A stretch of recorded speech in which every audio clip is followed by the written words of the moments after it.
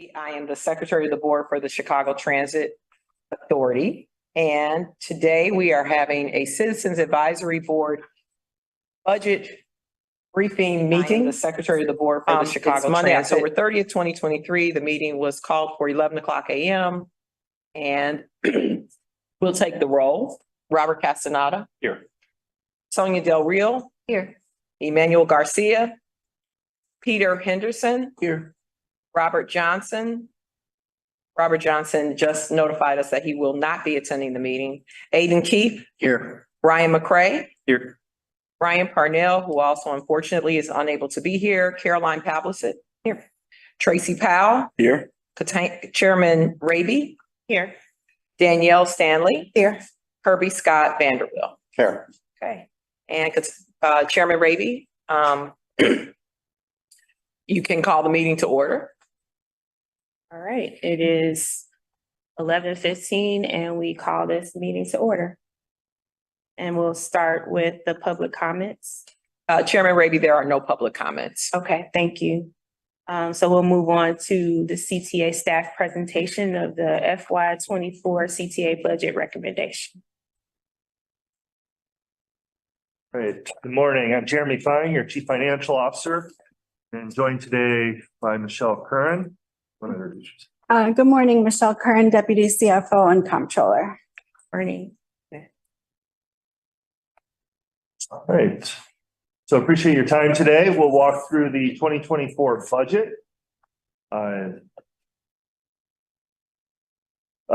First up, we'll talk a little bit about the CTA governance and how the Chicago Transit Board is assembled and who are the members here. The CTA is an independent governmental agency created here in the state of Illinois by state legislation. The governing arm of the CTA is the Chicago Transit Board, which is led by the chairman, Lester Barkley. The mayor appoints 4 of the members, as you can see outlined here. Those 4 members are indicated. One of those positions is currently vacant. And then the governor appoints 3 members to the board of the 7-member board. And as you can see here outlined, the mayor appointees are subject to the approval of the governor and of the Chicago City Council, while the gubernatorial appointees are subject to the approval by the mayor and the state Senate. CTA's day-to-day operations are directed by Thorvald Carter. And then just a little bit of an overview to the RTA oversight, the Regional Transit Authority. That was assembled in 1974 to provide funding, planning, and fiscal oversight for the local transportation operators of CTA, Metra, and PACE. The governing body of the RTA is also an assembly of board of directors of 16. The city of Chicago has the rights to appoint 5 members to the RTA board, and at least 11 of the 15 members must agree on the appointment of the 16th board member, which is also the chairman of the RTA board. The RTA has the responsibility for the financial oversight of the 3 service boards. And the service boards are, responsible for the day-to-day operations of their respective bus and rail service platforms. So as you all know, the CTA operates bus and rail service in the city and 35 suburbs.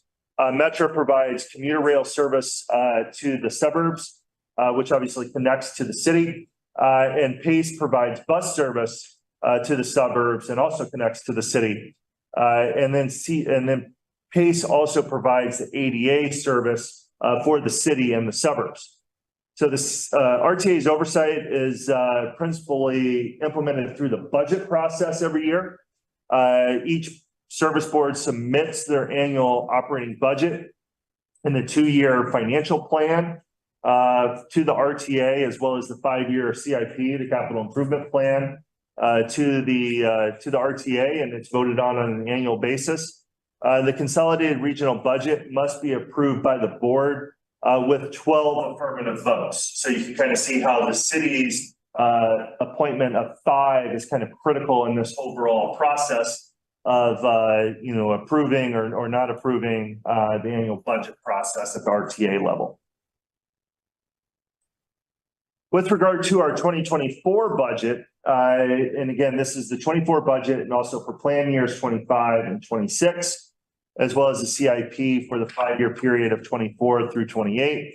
The operating budget this year is a little under $2 billion of $1.996 billion. The CIP is a $3.6 billion program. Ridership growth, despite all of, the consternation out there, has been good and steady. Obviously, we would like to see it, back to 2019 levels. But we did see 25% growth last year. We're seeing about 12, +% growth this year. We're expecting ridership growth of almost 10%, for the 24 budget over 23 levels. So again, we're seeing good steady growth, which is obviously tied to, the larger work in the office trends that we're seeing, and people continuing to migrate back to a more steady regimen of working in the office in downtown. We see a retention rate here of about 2/3 of our 2019 levels, is what we're projecting. This will mean that we continue to see a drag in our overall budget, which requires the federal emergency relief funding that we've received, $2.2 billion of in aggregate, to continue to be used as part of the 24 budget. We see here about $473 million will be used for the 24 budget to close that gap. Obviously the pandemic had a detrimental impact on our overall ridership, as you all know. And those very critical federal relief funds have allowed us to close that gap over the last several years. We're projecting, that we'll be able to use the remaining portion of the $2.2 billion, of which we have about a little over $1 billion left remaining now, not only for the 24 budget, but also for the 25 budget gap, albeit we do expect to have about a $50 million gap at the end of 2025 that will need to be closed with other measures as we continue to move forward. So again, this really kind of puts us in position to continue, and we'll talk about this more through the presentation, but to continue to advocate for additional funding from the state legislature for funding to help close those budget gaps as we move to exhaust all of the federal funds that we've been allotted. In the 24 budget, there's no fare increase contemplated, and it also allows us to get back to service levels of pre-pandemic, levels. So again, that's our intent. You've heard this from President Carter as well, is that we want to get back to 2019 type service levels out there so that we can continue to provide the service that our customers rely on, that we have reliable, consistent service out there on the streets, and this budget allows for that. Just wanted to put out there some of the highlights of the budget, and then Michelle walked through some of the numbers. But with regard to the 24 budget, it's really crafted around the Meeting the Moment plan and the pillars that plan really highlighted, and we want to continue to make sure that we deliver on, again, enhancing our service for our customers, making sure that we have a better product out there on the streets, and that people can rely on us and continue to novate to transit as they return to the office. So the first one is really delivering consistent, reliable service. Again, to make sure that we have that service that's out there that people can rely on, knowing that as they come back to the office, that they know that it's out there, on a reliable and consistent pattern. But that also means that is part and parcel of us continuing to hire more people, hire more operators, more mechanics, to ensure that service is out on the street. And with regard to safety and security, we want to make sure that people feel comfortable and safe. That has, seen itself manifest in additional security personnel. Michelle will talk more about this in a moment, but we pre-pandemic, we were about $14 million safety and security budget. That's now about $65 million.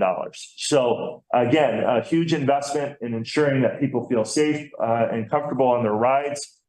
We also are investing not only in operating aspect of that, of more security personnel, but also investing in capital through the investment of video monitors at the customer assistant booths to ensure that they can see in real time what's happening within the station. Yes. So with the increase in security, has there been a decrease in crime and, criminal activity? Yeah, I think that we have seen that decrease in activity, and I think that you'll see that, particularly if you talk to the safety and security folks, that there has been a decrease in the activity on the system. But again, I mean, this isn't something that's just intrinsic to transit. This is something that you're seeing citywide, region-wide, nationwide, worldwide, and we're wrestling with those same issues. But again, the investments that we've made have been beneficial to us and to our customers to ensure that, that their rides are safe and that they get to their points. Just so for the purposes of procedure, we can kind of get through the presentation. Please make note of the questions that you have, and also to the degree that Jeremy Fine and Michelle Curran can answer them, they will be able to answer those questions that are really in line with the budget. If there is a need for a briefing on a particular topic, we will line that up for the Citizens Advisory Board. But their knowledge and their ability to go into do deep dives on specific subject matters is going to be very limited. So just want to make sure that we preface the Q&A period with that when we get to it. Is that okay? Great. So then the other thing that we've been investing in as well is social services because of many of the situations that may unfold, are more of mental health issues, not something that necessarily the police or security services are able to handle. So that investment in social service, cooperation has been helpful to us as well.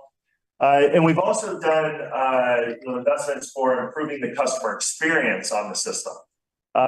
This is partnering with CDOT for bus priority zones and bus lane infrastructure throughout the city. We're also, way ahead of the curve and really kind of a nation-led effort here with regard to all stations accessibility program. Obviously, we still need to close out a number of our stations, but again, this has been the CTA's ASAP program is really a model nationally for the Department of Transportation that they've rolled out for other jurisdictions around the country. We also are launching the Forest Park branch rebuild, a project that is very needed on the west side of the city. And then converting our people buses over to electric buses. We continue that innovation through investments for the zero emission fleet. And then, as I mentioned before, in the safety and security aspect, is this continuing investment on the refresh and renew of our stations for better lighting, better cameras, and again, just ensuring that it's a more inviting system to engage with, and then also enhancing signage and wayfinding just for our customers, but also for ADA purposes throughout the system. We also continue to upgrade our digital tools so that we're having better rider communication. This is probably most seen with the bus and train trackers, continuing enhancements there and having including a fully redesigned bus tracker website, looking at live streaming tools so that people can engage with those tools to see how crowded platforms are before they embark on their journey, and also upgrading the Ventra system, not only for the kind of the financing back end of it, but also so that it can be a more open API structure so that it can better integrate other modes of transportation as we continue to move forward. And also launching a chatbot service so that, again, we're having more real-time information that our customers can engage with while they're out on the system or planning their journeys. We also continue to invest in our employees. We want to make sure that we continue to hire and retain, the best employees that we can, and get them into the positions, particularly those bus and rail operator positions, as well as mechanic positions, because that's really kind of the front line of our operation. We continue to also ensure that we keep people motivated and keep them here at CTA through the expansion of recognition programs. And then lastly, one of the last pillars I want to touch on before I turn it over to Michelle to walk through some of the details is expanding the fare programs. So we'll continue to do this with our partners at Metro and Pace and with the coordination of RTA to ensure that we're better coordinated as a region. One of the things that we wanted to just highlight here is that we continue to work with other governmental entities and other programs around the city, around the region. And this one in particular is a preloaded venture card for victims and survivors of domestic violence and sexual assault. So again, we'll look for other opportunities to expand, our fare programs, both here at CTA, Metro and Pace, but also working with others to see what other kind of cooperation that we can have and effectuate out there. So I know that was pretty brief kind of highlights of the overall budget, but I'll turn it over to Michelle Curran to walk through some of the more specifics with regard to the numbers. Good morning. So CTA receives its revenues from two primary sources: system-generated revenues and public funding. Since the start of the pandemic, we've also received federal relief funding, but those funds are finite. System-generated revenue is revenue that is generated by CTA, primarily fare revenue, but it also includes advertising and concessions, reduced fare reimbursement, and other revenues. This accounts for about 21% of our operating revenues currently, and pre-pandemic was closer to about 50%. For 2024, we're expecting system-generated revenues of about $427.4 million, or an increase of about 8.5% compared to the 2023 budget. Public funding is revenue that we receive from the RTA, and it includes sales taxes, real estate transfer tax revenues, which actually come from the city of Chicago, and public transportation funds, which is a state match on sales tax and real estate transfer tax revenues. This totals $1.1 billion for the 2024 budget and accounts for 55% of the total operating revenues. Public funding is expected to increase about 5% compared to the 2023 budget. The federal relief funding makes up the balance of our 2024 operating revenues. We plan to use $472.5 million of relief funds, which is 24% of overall revenues. As I mentioned, the relief funding is finite, and we expect to exhaust the funding in late 2025, requiring additional funding to be authorized going forward.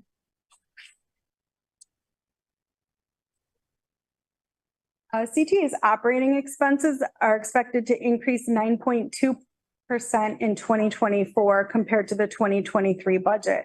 Our operating expenses fall into 7 major categories. The largest expense we have is labor, which accounts for 68% of total expenses. The labor budget is $1.36 billion of the $1.996 billion budget.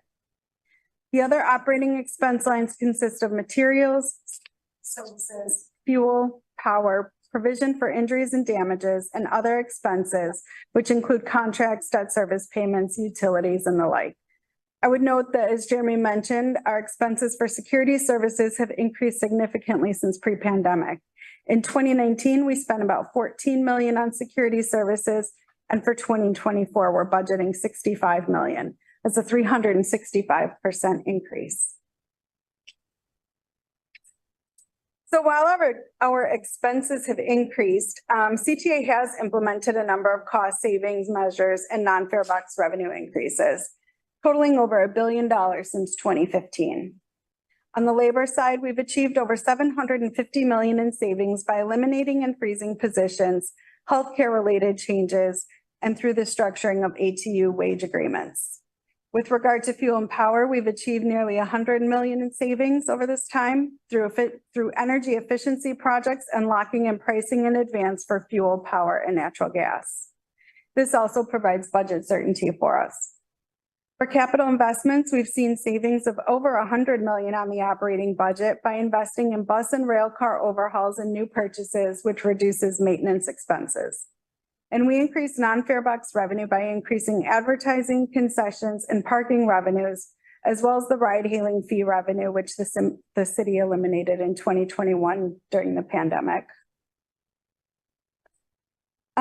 As Jeremy mentioned, our ridership continues to rebound. In 2022, we saw a 24% increase from 2021 ridership levels. In 2023, we expect to finish 12% higher than 2022. And for 2024, we expect to increase 5.7% over the 2023 forecast, which is 63.4% of 2019 levels. While we aren't back to 2019, it'll take some time, and we've seen great progress over the last few years. We've exceeded 1 million rides on weekdays a number of times over the last couple of months, which are the highest levels we've seen since before the pandemic. Bus ridership is expected to end 2023 at 67% of 2019 levels and rail at 53% of 2019. So as you can see, ridership has been impacted by changing behavior and work from home policies. And then with regard to the capital budget, so the 2024 to 2028 capital improvement program is $3.6 billion. The largest revenue source for capital projects is federal funds, followed by the state motor fuel tax revenues, CTA bonds, and discretionary grant programs. Discretionary grant funds are competitive grants for which CTA applies for specific projects based on the funding offered. For example, we compete nationally for bus, including e-bus and rail car replacements, all stations accessibility grant funds, among other opportunities. We're continually seeking funding as it becomes available. The CIP will continue to fund major projects, including the Red Line extension, all stations accessibility, bus system electrification, and bus and rail fleet modernization. This concludes our remarks, and we'd be happy to try to answer any questions you may have. We will start with Chairman Raby. Thank you all for the presentation. My questions are more about the end of the funding, our 2025 and the fiscal cliff and how CTA is preparing for that, and if CMAP's recommendations to CTA are being considered as we approach 2025. Yeah, great question. And, that's the question of the day for CTA and for other transit agencies around the country. The good news is that we have a little bit more time than most other transit agencies because of some of the efficiencies that Michelle highlighted, that $1 billion of efficiencies over the last 7 or 8 years that we've been able to effectuate, has put us in position to be one of the lowest cost providers in the country. It's necessity is the mother of invention a lot of times. And, because of the lower funding that we've historically received in Illinois, really kind of put us in the position where we started to have to effectuating some of these belt tightening maneuvers much earlier than others have. That all being said, we can't, and I think that the PART plan as well as RTA's Transit is the Answer plan really highlights the fact that we can't cut our way out of this, fiscal cliff. And we can't, raise fares to get us out of this issue as well. And those have historically been the two levers that transit has had at its disposal to kind of close budget gaps. So that all being said, I think that CTA, RTA as a region, Illinois as a state, and other jurisdictions around the country are looking at effectuating different revenue packages to help close those fiscal cliffs. I think you've seen that in New York, California, there's a lot of conversation, and here in Illinois, we are as well. And what you're seeing is proposed by the RTA Transit is the Answer plan and the PART plan, and I'll bucket those up into kind of 4 primary avenues of revenue options. The first is sales tax. That could be an expansion of the base or the rate. And you've seen a part of that already being, laid out as part of the expansion of the base to include online sales that just happened coincidentally to kind of conform with the pandemic. And that has provided a huge wind in our sails to transit, but to the state at large. That coupled with cannabis, as well as, the impact of inflation, we've seen public funding be about $200 million more than it was pre-pandemic. So the effect of those three things, online sales, cannabis, and inflation, have seen our public funding grow substantially over the last few years. That could continue to grow as you see an expansion of sales tax to the services and not just to goods. So you've seen that in other states like Wisconsin and Iowa here close at home. And that would provide some additional sales tax, not only to, to CTA, to transit, or, to the state at large. So that's bucket number one. Bucket number two is a myriad of, taxes that the state could effectuate at the state level from general funds or from other means. That could be in the form of more public transportation funding, in the form of real estate transfer taxes and motor fuel taxes, or anything else that they could kind of dream up. And then the third bucket is congestion pricing. You're hearing a lot of news out of New York with regard to the effectuation of congestion pricing there. But that, in the PART plan in particular, they identified that because of the gestation period that it takes to effectuate congestion pricing, that's probably better lined up for capital because it takes several years to kind of get that up and running. And then the fourth bucket, which is really highlighted probably more in the RTA plan and less in the PART plan, is federal funding. So if you go back to pre-Reagan era, the large transit agencies around the country actually did receive operating funding from the federal government. That has largely gone away, other than, some notable examples, obviously the biggest one being the federal stimulus funding post-pandemic, or kind of during the pandemic. But that is something that we continue to keep on the radar with FTA, and USDOT, that should be reinstituted at some point down the road. Obviously, there has to be a lot of stars aligned in DC to make sure that would become, something that would be real. But they do understand and acknowledge that had happened in the past, and that's something that we, as an industry, would like to see re-implemented. So those are really kind of the four big buckets. We're agnostic as to which of those, to get us over the finish line to help close the gap. But it probably would take several of those pieces to close the regional gap, and keep us sustainable, and not only sustainable at 2019 levels, but really look for an opportunity to grow the system. And that's really what the PART plan did. It's kind of the second derivative of the transit is the answer, the RTA's plan. The PART plan really went the next step and said, what should we really be as a transit agency in the Northeast, area of Illinois? And let's not just look, and let's not just hope that we just get back to 2019 levels. Let's see what we really can be. Let's look at Hong Kong, Singapore, Tokyo, London, Paris, and see what we could do if we were appropriately funded.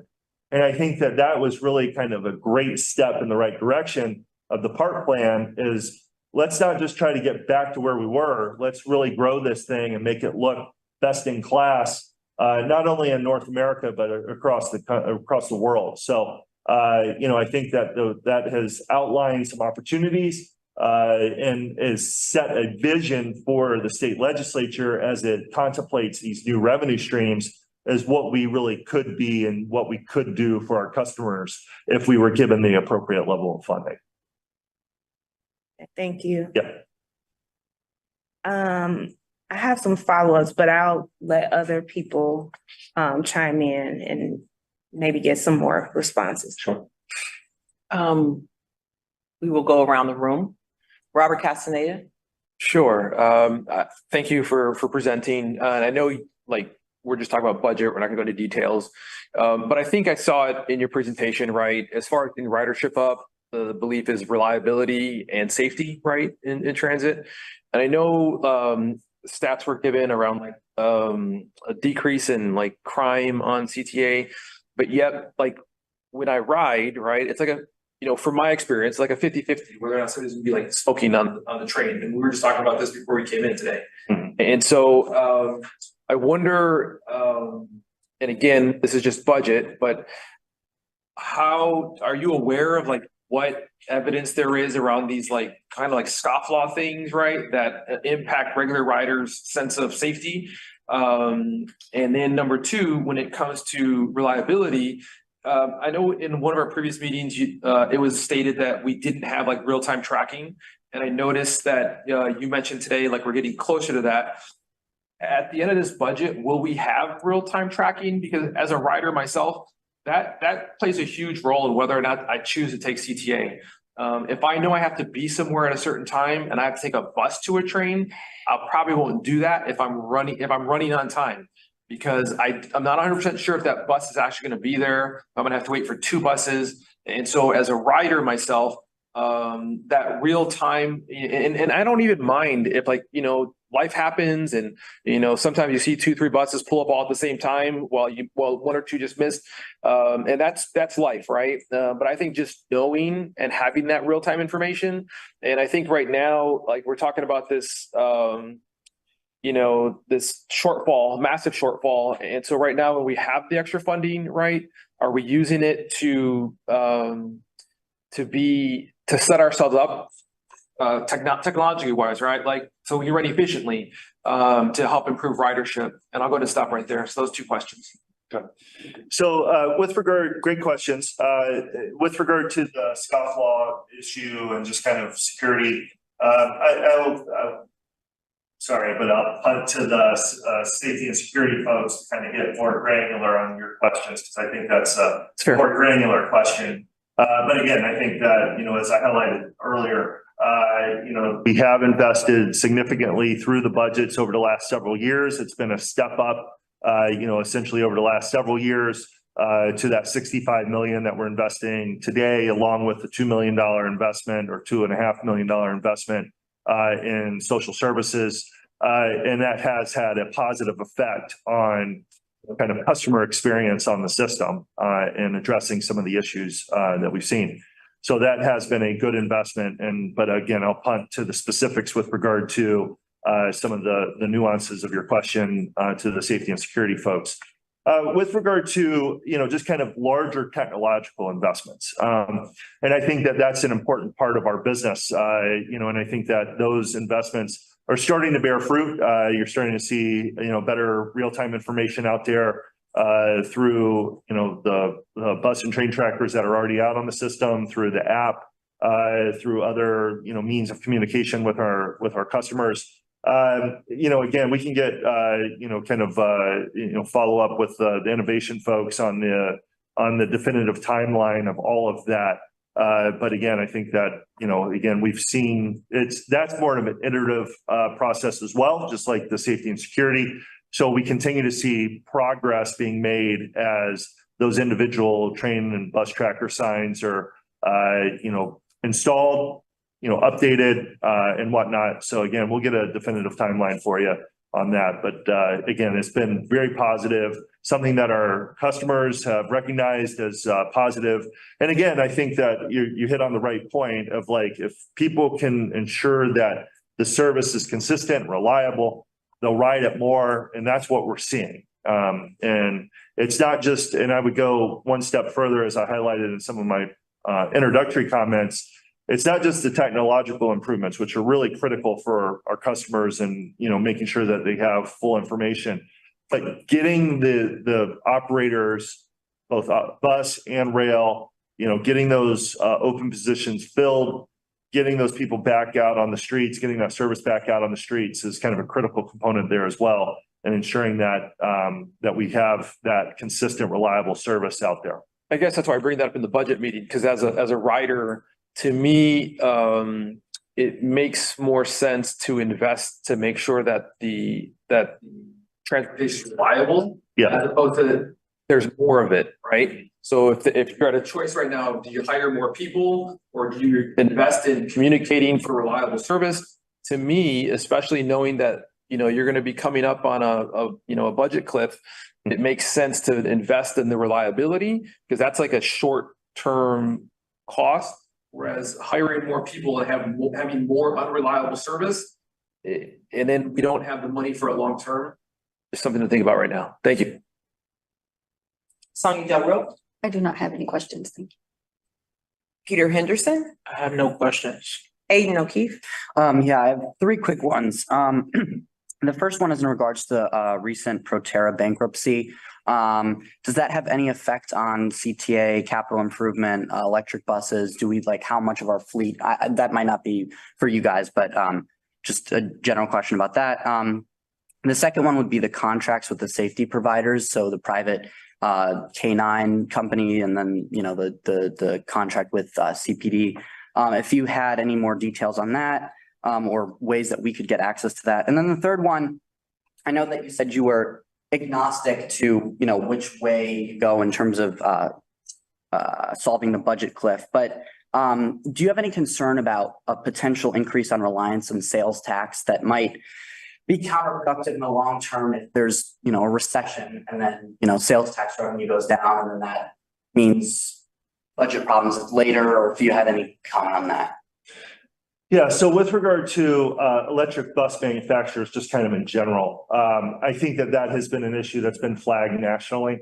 And, something that President Carter in particular is that really at the tip of the spear on with regard to needing a more robust manufacturing base here in North America and US.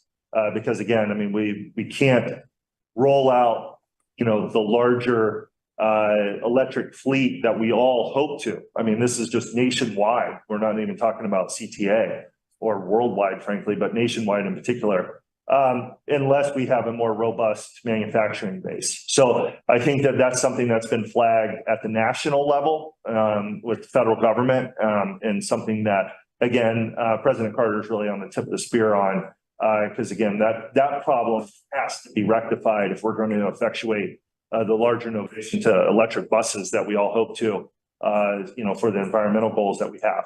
So, yeah, whether you're talking Proterra or anybody else, I mean, we've got to have a more stable, robust base of electric bus manufacturers available.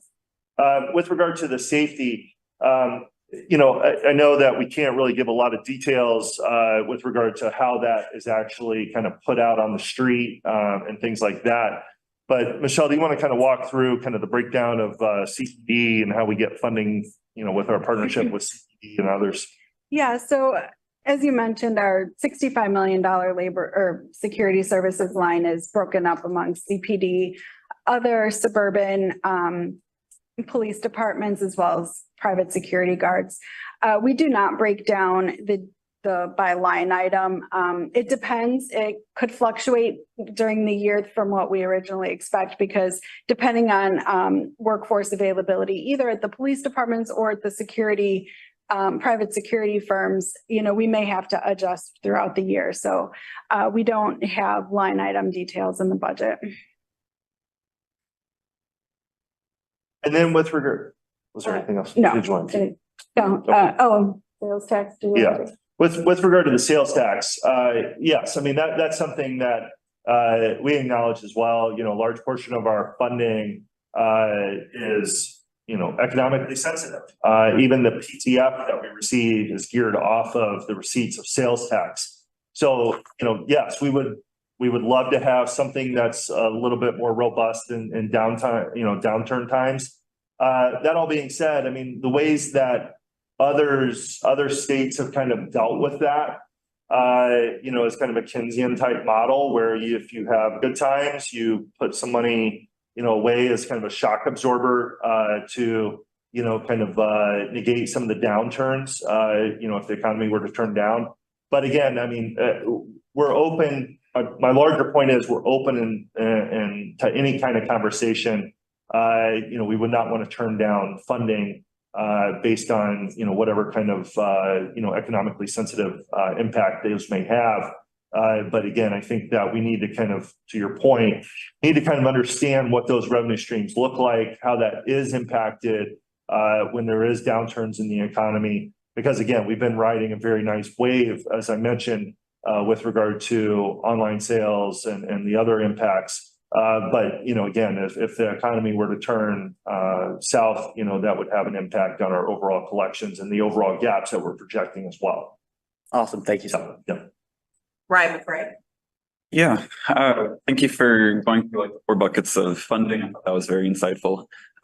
You listed quite a few taxes that we could hopefully get some revenue from.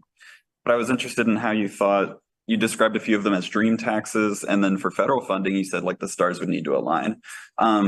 Is CTA expending any effort, or does CTA have any positions whose sole focus is securing these sources of funding?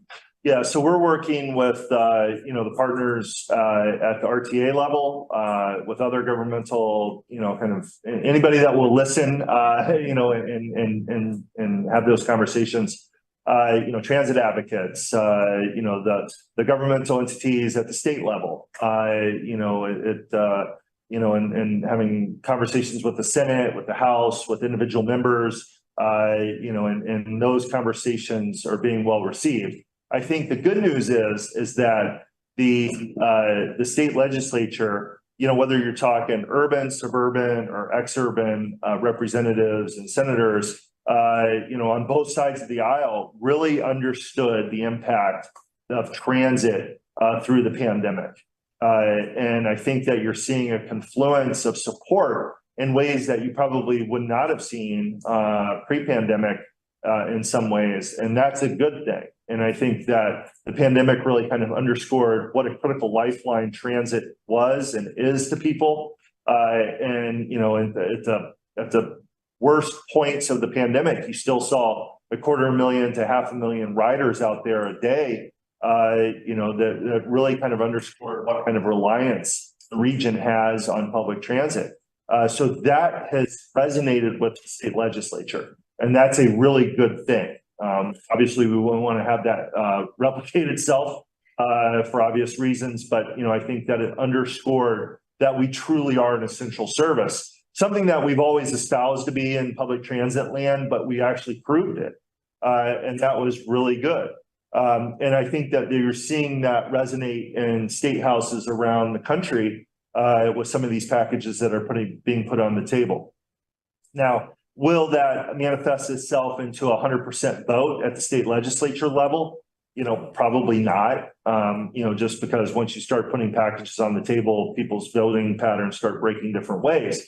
But that all being said, it's still a large amount of support at the state level for something to get put, you know, on the table and get effectuated for transit for Northeast Illinois. And that's a really good thing. You know, like I said, we continue to work with our partners, you know, transit advocates, different business groups, different entities around the state, around the region to effectuate that support more loudly at the state legislature level to ensure that we're all kind of pulling in the same direction to get that funding and to get it, you know, put in place in enough time to help close those budget gaps that we're projecting now for late 2025. So what that means is we still have a little bit of time, not a lot of time, but we have a little bit more time than others around the country. And that's a good thing, but we need to move pretty quickly to get that package approved by the state legislature. Okay. One other question is that I saw on page 30, if anyone else wanted to, that the scheduled transit operations budgeted for the last 2 years have been pretty stagnant, but the unscheduled budgeted positions has increased by like 400 people, like specifically bus and rail are just stagnant. Could you explain to me like the full difference between scheduled and non-scheduled? Sure. So the non-scheduled is all other positions. It includes bus mechanics, rail mechanics, administrative positions, infrastructure. It's all other positions other than operators and customer service assistants at the rail stations. So the increase there has been centered around meeting the moment. It includes quite a few new janitors, laborers, those types of positions, capital-related positions for the red purple modernization, the red line extension, training, instructors to train bus and rail operators and mechanics. So it's a number of different types of positions. The operator positions, the bus and rail STO positions are based on service hours. It's just a calculation of service hours. How many people do you need to meet that level of service hours? And since the 2024 budget is based on 2019, generally based on 2019 service hours. Okay, thank you. Caroline Pavlovic. Pavlik. Hi, so I have a few questions. The first one is just going off of what you just said. So you said something about how the budget and the staffing levels here translate into actual service. Is this, so I'm trying to understand, is this what's required to run like the current published schedules, or is it 2019 service, or is it something else? 2019 scheduled service hours. Okay, so the staffing levels, are you aiming then to get back to 2019 levels? Yes. Okay, sounds good. Yeah, and that's been a critical component, and I think one that, you know, sometimes gets lost is that, you know, we definitely, and President Carter has been emphatic on this over the past several years, that we want to get back to 2019 levels. You know, obviously we're wrestling with the same, you know, employment issues that a number of other, most other industries are wrestling with. So that has, you know, slowed the process down.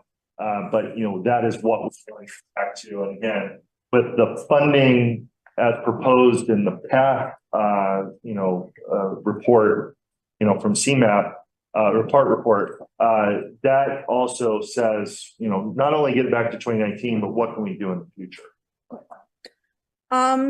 Secondly, some of the people that I was looking at this with, did a calculation, and they say that, the budget has increased roughly 10%, year over year, but, with relation to the fiscal cliff, that number and timeline were calculated based on a 3 to 5% increase. And so I'm curious to know, how the proposed budget affects the fiscal cliff timeline and how you're planning for that going forward. So we've always been kind of plus or minus some days, you know, around the end of 25. Mhm. So, you know, I think that the 23 budget, we were, you know, a few days into 26. You know, with the revised budget here as part of 24 process, you know, as the impact of inflation and you know, everything that we're wrestling with, you know, in that regard, that has had an impact to move that date in a little bit inside of the end of 25. So, you know, that, you know, again, we're budgeting.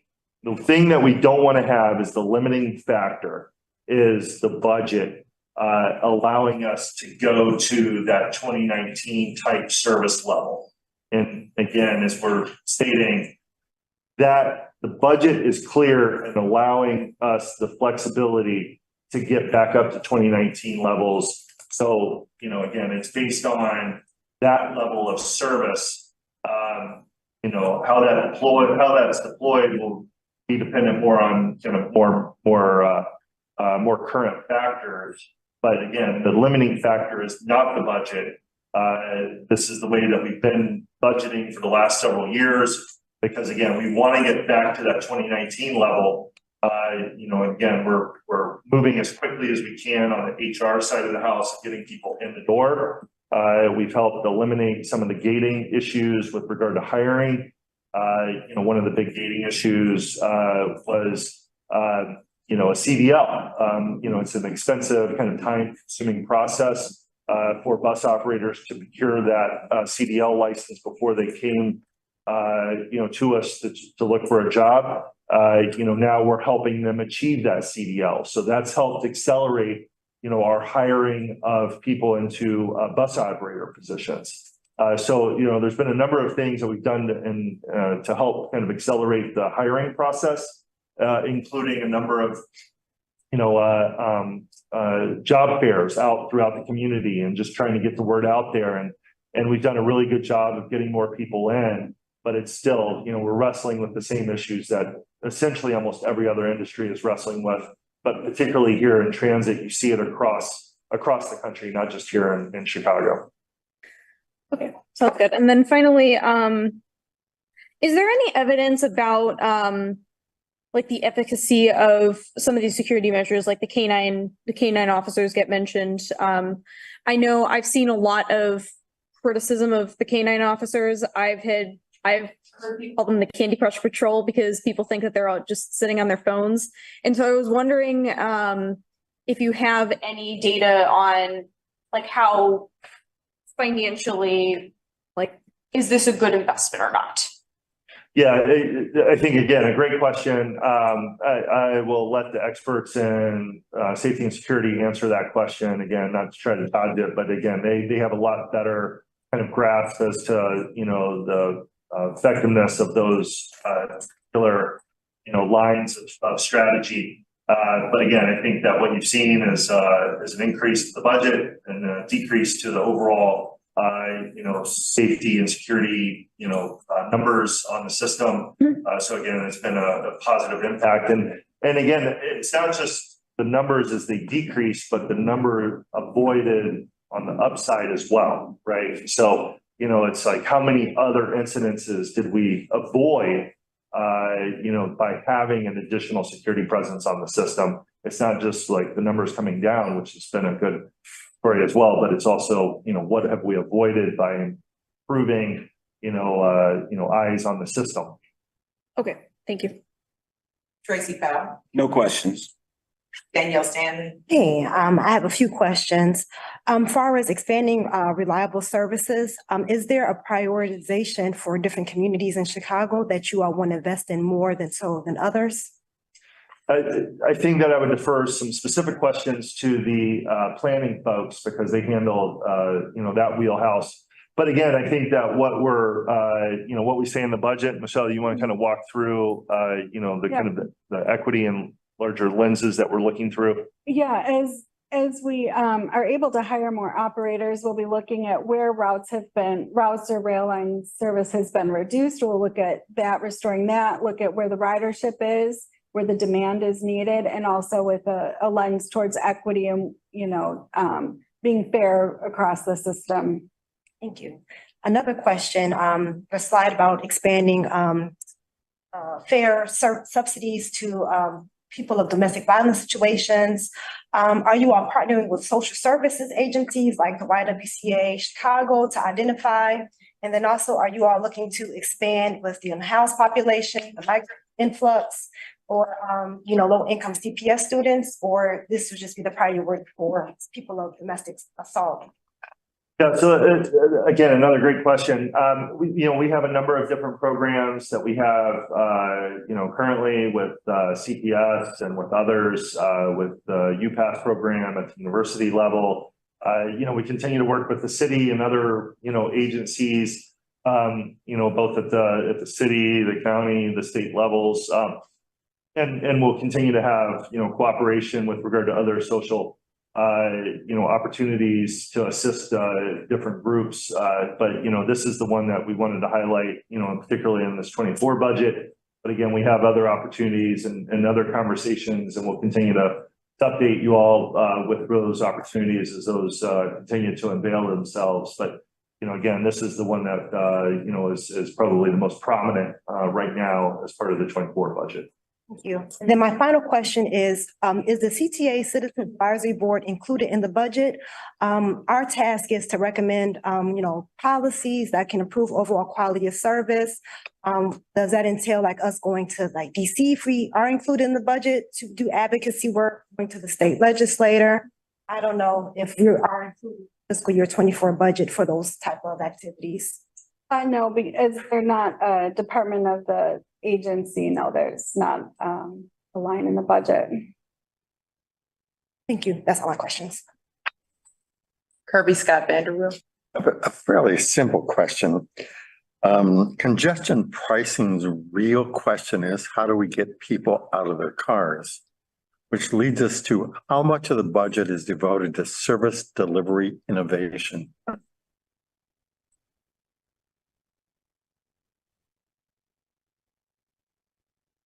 Yeah, so we actually have department budgets outlined in the budget book, which includes the innovation department. But a big part of what the innovation department is working on is the venture contract is under innovation, so they're working on a lot of upgrades to the venture department or venture contract.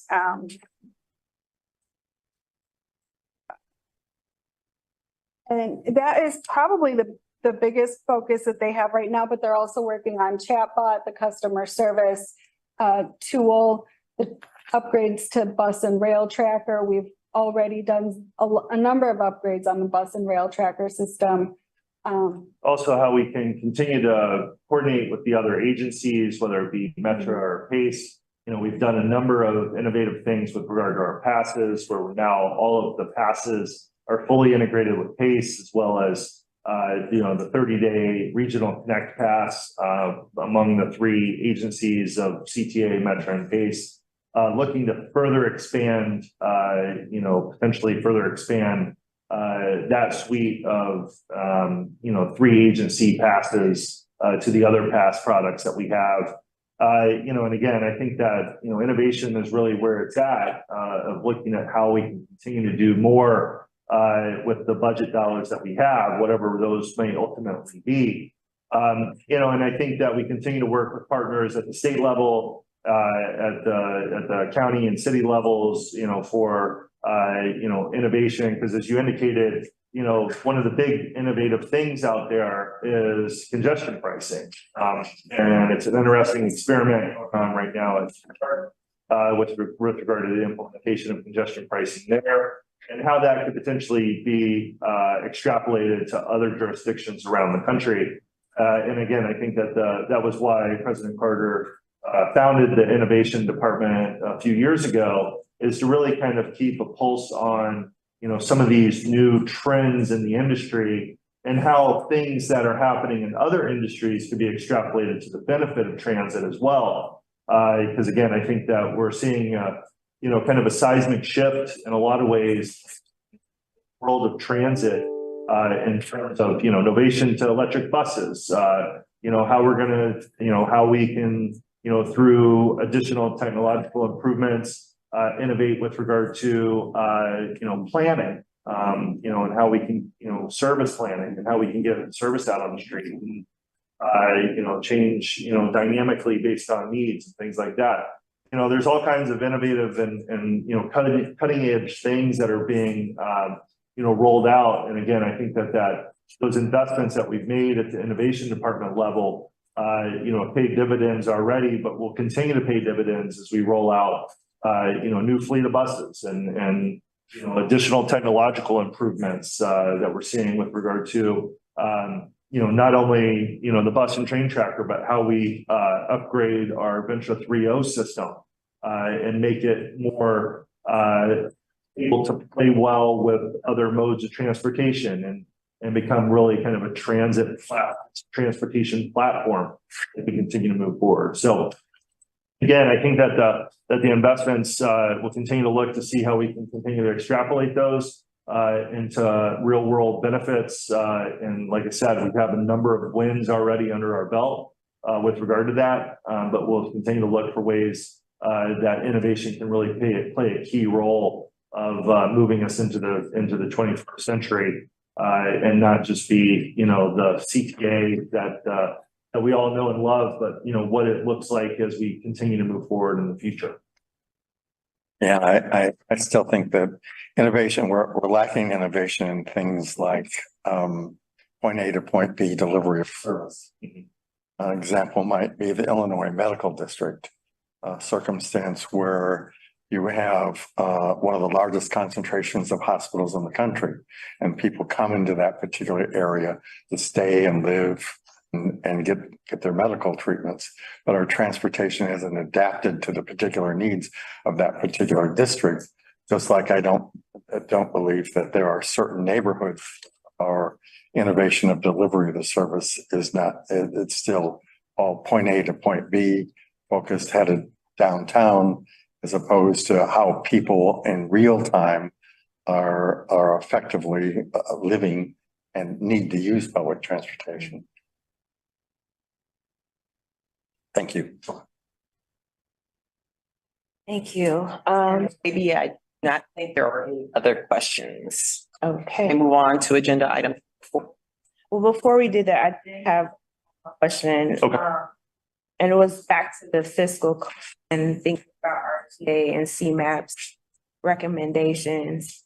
And they were, they mentioned, considering restructuring of the organization or looking at, how RTA can be more of an authority over the 3 transit agencies. Is that a discussion that has been had? And like, how would that, like, have there been projections done or modeling around what that could, what the budget could look like?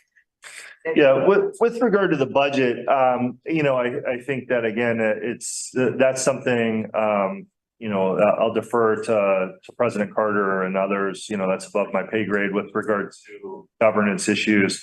I will say that the most important thing right now is just that we get funding. You know, and again, you know, others can determine what the governance looks like. And again, I'll defer to President Carter with regard to a conversation about governance. But, you know, I think that everyone understands the nature of what needs to happen to ensure that we don't hit the fiscal cliff. That is getting funding online as soon as possible, so that we ensure that we have a smooth transition to the post emergency relief funding world.